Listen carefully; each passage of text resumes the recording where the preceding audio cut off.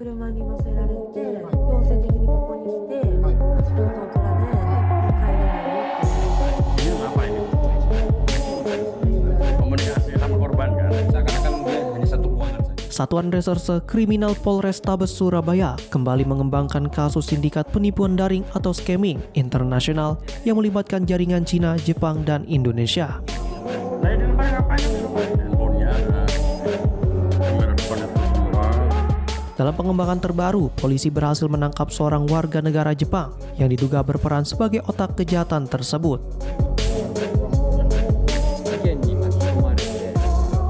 Penangkapan itu merupakan lanjutan dari penggerebekan terhadap 44 warga negara asing di sebuah rumah mewah di kawasan Galaksi, Surabaya. Dengan penangkapan terbaru ini, jumlah tersangka yang diamankan bertambah menjadi 45 orang. Tersangka warga negara Jepang tersebut diduga memiliki peran penting dalam menjalankan operasi sindikat.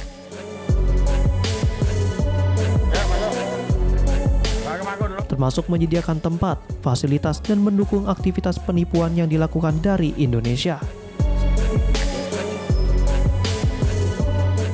Dari total 45 tersangka, sebanyak 30 orang merupakan warga negara Cina, 4 warga negara Jepang,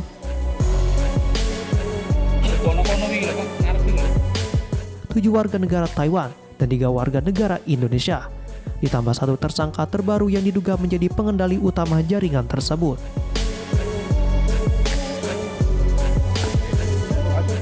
Dalam pengusutan kasus ini, Polrestabes Surabaya bekerja sama dengan kepolisian Jepang dan Cina.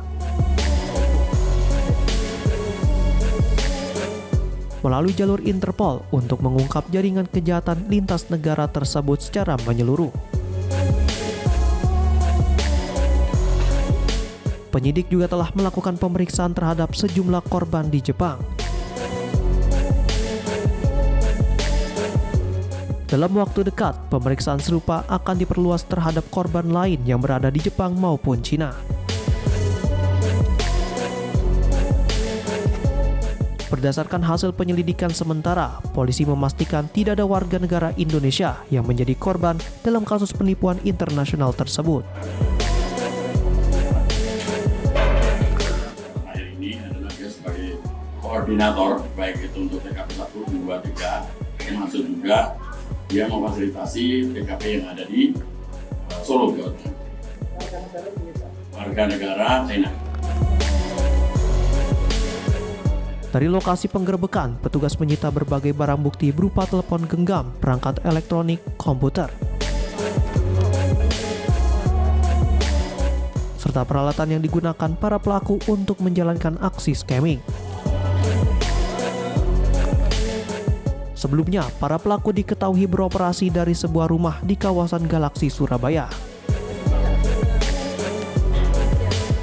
Mereka menargetkan korban di Jepang dan Cina dengan modus menghubungi melalui video call, lalu mengakui sebagai aparat penegak hukum atau pihak berwenang. Korban ditakut-takuti dengan tuduhan terlibat tindak pidana pencucian uang dan kejahatan lainnya.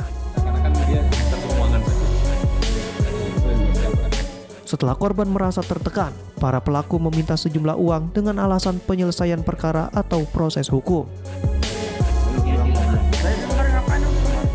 Polrestabes Surabaya menegaskan penyidikan akan terus dikembangkan untuk membongkar seluruh jaringan yang terlibat,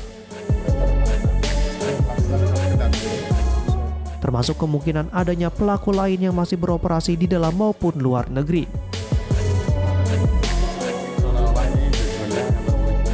Koordinasi dengan Kejaksaan, Interpol, serta aparat penegak hukum dari berbagai negara juga terus dilakukan